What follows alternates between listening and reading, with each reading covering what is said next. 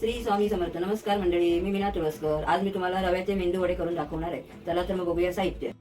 हा बघा, हा रवा घेतलाय मी. हे दोन पेले आहेत रवा. हा तसं हे पाणी टाकून ठेवणार आहे मी गरम करायला. आणि याच्यामध्ये मीठ टाकून पण घेते सुंठ थोडंसं.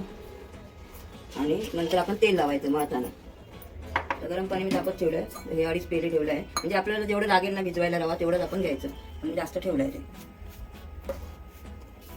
हे बघा, हे आता गरम पाणी झालं, थोडं घातलं आहे मी. आता हे थोडं थोडं घालून मी असं मळून घेते पीठ.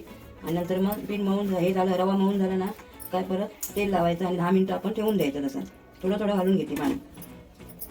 आता हे मळून झालं आहे माझं रवा. पाणी घालून घालून मळून ठेवलं. आता थोडं 2 चमचे तेल लावते आणि 10 मिनिटासाठी ठेवून देते. हे बघा, हे पीठ असं चांगलं मळून झालं आहे व्यवस्थित. आता ह्याचे मी करायला घेते. तेल तापत ठेवलेलं आहे आणि करून घेते. हे बघा, हे आता तेल तापलं आहे. मी आता हे घालते. असे एक घालते. हे बघा, हे आता एका बाजूने मी परतले भाजले आहेत आणि गॅस मी स्लो केला आहे आता. कारण स्लो गॅसवरती जरा आतून पण भाजतील ना चांगले, हळूहळू भाजले पाहिजे. पहिले घालते वेळी मी फासत ठेवलेला गॅस. आता हे चांगले परतून भाजते मी. भाजते नाही तळते. आता हे असे तळले आहेत. हे असे मस्त लालसर तळले आहेत चांगले. अशा प्रकारे मी बाकीचे पण तळून घेते. गॅस मी स्लो ठेवला आहे. नंतर मी फास्ट केलाच नाही गॅस.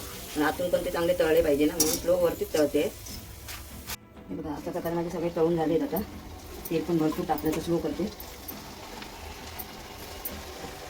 जर रेसिपी आवडली असेल तर लाईक करा, शेअर करा आणि सबस्क्राईब करा, कमेंट करा. खूप खूप धन्यवाद. नक्की करून बघा. असं काही नाही, साधी सोपी आहे एकदम. चटणी पण मी केली आहे.